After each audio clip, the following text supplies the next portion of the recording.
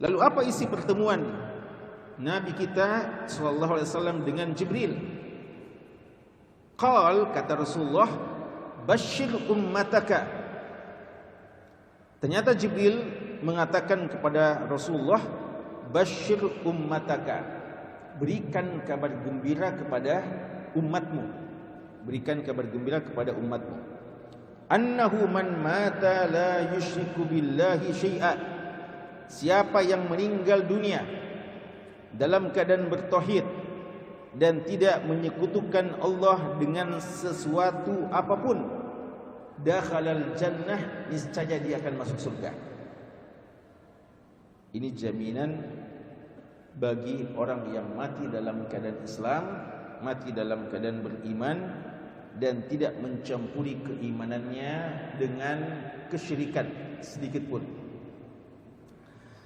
Ketika Rasulullah mendengarkan hadis ini, bahwa orang yang beriman, bertauhid pasti masuk surga, Rasulullah sempat mengajukan pertanyaan kepada Jibril. Itu tadi yang sempat didengar oleh Abu Dzar. Apa pertanyaannya? Ya Jibril, wahai Jibril, wa in saraqa wa in zana. Bagaimana kalau orang yang bertauhid itu, orang yang Islam itu, orang yang mukmin itu beriman kepada Allah, tidak syirik, cuma sayangnya jatuh ke dalam kemaksiatan, waliyadzubillah. Dia mencuri dan dia berzina. Apakah ada jaminan tetap masuk surga? Dia mukmin, bertauhid, tidak syirik, tapi jatuh ke dalam kemaksiatan. Apakah juga tetap mendapatkan jaminan masuk surga? Qala na'am. Kata Jibril, iya. Ya. Dan ini diantara kabar gembira keutamaan yang paling mulia yang Allah berikan kepada mereka-mereka yang bertauhid dan tidak syirik kepada Allah, walaupun kadang jatuh dalam kemaksiatan. Makanya prinsip kita bahwa seorang mukmin yang Islam, beriman, tidak syirik, tidak melakukan perbuatan-perbuatan yang bisa menodai tauhidnya, namun kadang imannya merosot, turun imannya, jatuh dalam kemaksiatan, waliyadzubillah, itu masih lebih baik di sisi Allah daripada seandainya ada orang yang kafir, tidak beriman kepada Allah, bukan muslim, dan tidak pernah melakukan dosa-dosa besar seperti zina, curi, membunuh, dan yang lainnya. Mungkin baik sekali hubungannya dengan tetangga sekitarnya, dengan orang-orang yang dia temui, kelihatan baik sekali akhlaknya, tapi masalahnya belum beriman. Masalah yang satu ini masalah yang paling besar, ya. Masalah yang paling besar. Bahkan seandainya ada orang yang cuma satu kelebihannya, dia beriman, tapi dosanya sangat-sangat banyak, di sisi Allah ini lebih baik, masih ada peluangnya masuk surga dibandingkan orang yang semua kebaikan ada, cuma satu masalahnya, tidak beriman. Contoh paling mudahnya adalah Abu Thalib, ya, Abu Thalib, paman dari Nabi SAW. Kalau Abu Thalib mau dibandingkan sama kita dalam hal kontribusi dalam perjuangan, apa yang dia berikan untuk dakwah, pasang badan untuk keselamatan Rasulullah dalam dakwah, dan memberikan apa yang dimiliki untuk dakwah, maka Abu Thalib jauh lebih banyak pengorbanannya daripada kita-kita ini. Cuma satu kelemahan beliau, dan kelemahan ini kelemahan yang paling besar, yang fatal, yaitu tidak mau mengatakan la ilaha illallah. Telah diperjuangkan oleh Rasulullah, qul la ilaha illallah uhajuka biha inda Allah yaumil qiyamah. Wahai pamanku, tolong katakan menjelang matinya, katakan la ilaha illallah, yang dengan itu saya membela kamu nanti di hari kiamat di sisi Allah. Tapi Abu Lahab, Abu Jahal dan teman-temannya mengingatkan kepada Abu Thalib, jangan mengkhianati agama nenek moyang. Akhirnya Abu Thalib tidak masuk Islam.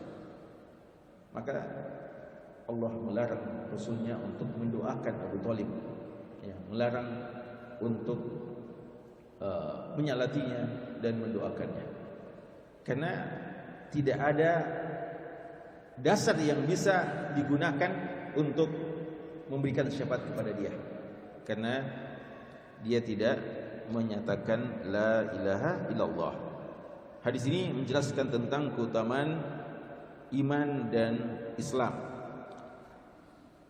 Kata Rasulullah selanjutnya, Qultu ya Jibril wa in saraqa wa in zana qala na'am. Qala qultu wa in saraqa wa in zana qala na'am. Qultu wa in saraqa wa in zana qala na'am. Nabi kita SAW ketika mendengarkan pernyataan Jibril bahwa orang yang bertauhid, tidak syirik, tapi jatuh ke dalam zina atau jatuh ke dalam mencuri, dia tetap ada peluang masuk surga.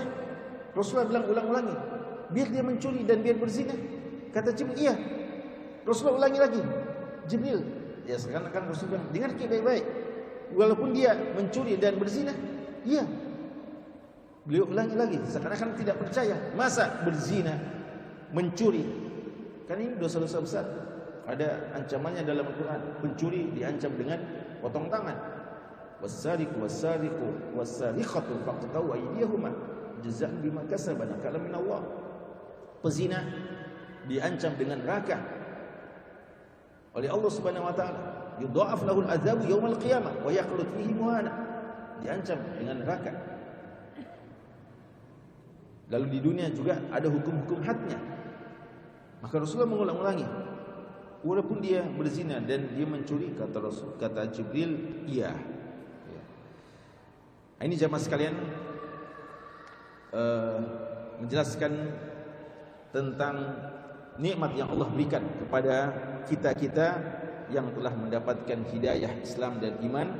Tentu saja ini tidak berarti bahwa seseorang mengatakan kalau begitu tidak apa-apa berzina dan tidak apa-apa mencuri, karena ujung-ujungnya kita masuk neraka, masuk surga juga.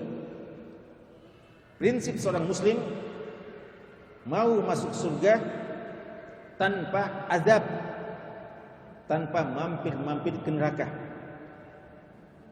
bahkan kalau bisa tanpa hisab, tanpa dihitung amalannya, bebas tes, langsung masuk surga. Itu sebenarnya cita-cita kita ya. Makanya keliru kalau orang bilang, tidak apa-apa saya maksiat, tidak apa-apa saya begini, kan insya Allah masuk surga juga nanti ya. Ada dua masalahnya sebenarnya.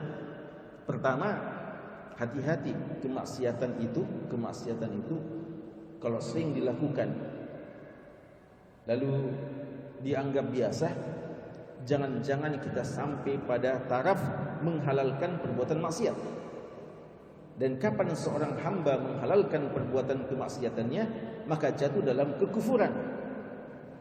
Yang ada peluang diampunkan itu seorang yang berzina, mencuri, membunuh dan melakukan maksiat apa saja selain syirik. Tapi ketika dia jatuh dalam kemaksiatan, dia merasa bersalah. Tapi mungkin memang karena lemah iman sampai dia merasa bersalah, lalu dia takut kepada Allah Subhanahu wa taala. Ini ada peluang ya untuk diampuni oleh Allah Subhanahu wa taala. Tapi orang-orang yang ketika jatuh dalam kemaksiatan tidak mau bangkit, bahkan mereka membenarkan, bahkan mungkin memudah-mudahkan selanjutnya dan suatu saat menghalalkan, ini bahaya karena bisa jadi suatu saat jatuh dalam kekufuran.